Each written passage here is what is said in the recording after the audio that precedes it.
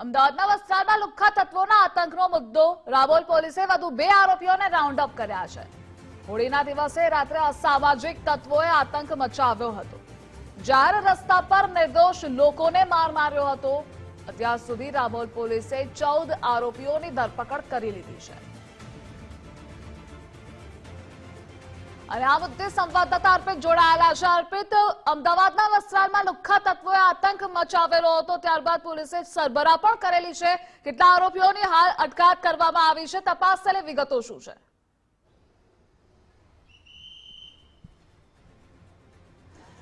અત્યાર સુધી 14 આરોપીની ધરપકડ કરવામાં આવી છે અને વધુ 2 આરોપી કે જેમના પર શંકા હતી એમને પકડીને રાઉન્ડ અપ કરવામાં આવ્યા છે। એમની પૂછપરછ કરવામાં આવી રહી છે। બની શકે છે આજે બપોર અથવા તો સાંજ સુધી એમની ધરપકડ બતાવવામાં આવી શકે છે, કેમ કે હાલ પોલીસ તપાસ કરી રહી છે। પોલીસને મજબૂત શંકા છે કે આ 2 આરોપી કે જેની અટકાયત કરવામાં રાઉન્ડ અપ કરવામાં આવ્યા છે એમની પણ શંકાસ્પદ ભૂમિકા હતી અને આખો મામલો સામે આવ્યો હતો, આતંક મચાવ્યો હતો હોળીના દિવસે। એમાં એમનો રોલ પણ હતો, જેને લઈને પોલીસ કોઈ પણ કરકસર અથવા તો કોઈ પણ કચાશ ન રહી જાય એનું ખાસ ધ્યાન રાખી રહી છે, કેમ કે મામલો ગંભીર હતો અને રાજ્ય સરકાર દ્વારા પણ આખા મામલાની ખૂબ જ ગંભીર નોંધ લેવામાં આવી હતી, કેમ કે નિર્દોષ લોકોને જાહેર રસ્તા પર જે આતંક મચાવ્યો હતો એના કારણે અનેક લોકો રજડી પડ્યા હતા અને રંજાડ્યા હતા। લોકોમાં ડર અને ભયનો માહોલ હતો। એ જ પ્રકારનો ડર અને ભયનો માહોલ એમના પરિવાર સુધી પહોંચે એ પ્રકારની ઠોસ અને નક્કર કાર્યવાહી કરવામાં આવી। એના કારણે જ કોર્પોરેશનને અગાઉ 14 આરોપી પકડાયા હતા। 14 પૈકી 7 લોકો એવા હતા કે જેમને પોતાના ઘરે ગેરકાયદેસર બાંધકામ કર્યું હતું, એટલે કે મંજૂરી વિના બાંધકામ કર્યું હતું। એ બાંધકામ તોડી પાડવામાં આવ્યું હતું 2 દિવસ પહેલા। એટલે નક્કર ઠોસ ઉદાહરણ સ્વરૂપ કાર્યવાહી થાય એ પ્રકારે આખી કાર્યવાહી અમદાવાદ શહેર પોલીસ સાથે કોર્પોરેશન સાથે મળીને કરવામાં આવી રહી છે। એટલું જ નહીં, પરંતુ આજે અથવા તો કાલે અન્ય જે આરોપી છે અન્ય આરોપીના બાંધકામ એમના એડ્રેસ આપવામાં આવ્યા છે કોર્પોરેશનને પોલીસ દ્વારા।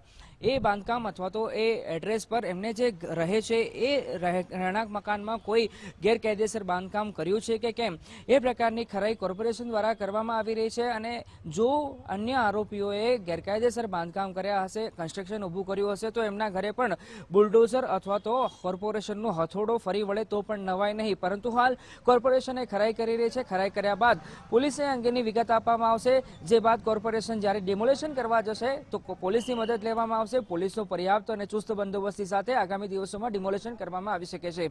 સાથે 2 રાઉન્ડ અપ કરેલા આરોપી છે એ નવા આરોપીની સાથે અન્ય કેટલાક આરોપી પકડાય તો પણ નવાય નહીં, કેમ કે આમાં પોલીસ કોઈ પણ ઢીલાસ નથી રાખવા માંગતી અને આ કિસ્સા પછી પોલીસ એકદમ સજાગ બની છે, સતર્ક બની છે। કોઈ પણ પ્રકારનું પ્રયાસ બાકી ન રહી જાય અને કોઈ પણ ગુનેગારને છટકબારી ન મળે એ પ્રકારનું ખાસ ધ્યાન રાખવામાં આવી રહ્યું છે, કારણ કે સીધું ગૃહ મંત્રાલય આખા મામલા પર નજર રાખી રહ્યું છે, જેના કારણે પોલીસ હવે આ મામલે દરેક આરોપી જે આમાં સંડોવાયેલા છે એમની સામે ઠોસ નક્કર ઉદાહરણ સ્વરૂપ કાર્યવાહી થાય એનું ખાસ ધ્યાન રાખી રહી છે। જેના કારણે જ 2 આરોપીની રાઉન્ડ અપ કરવામાં આવ્યા છે, જેમને પૂછપરછ કરવામાં આવી રહી છે કે આખી ઘટનામાં તેમનો શું રોલ હતો, તેઓ ક્યાં હતા, કેવી રીતે આખું આતંક મચાવવાનો પ્લાન બનાવવામાં આવ્યો હતો, કેમ કે હજુ એક મુખ્ય આરોપી પંકજ પરમાર નામનો આરોપી હજુ ફરાર છે।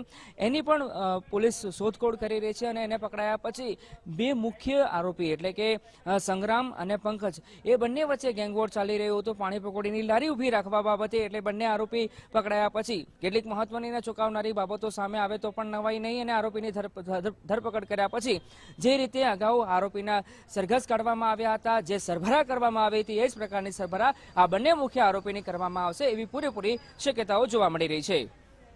અર્પિત, જોડાવા બદલ આભાર આપનો।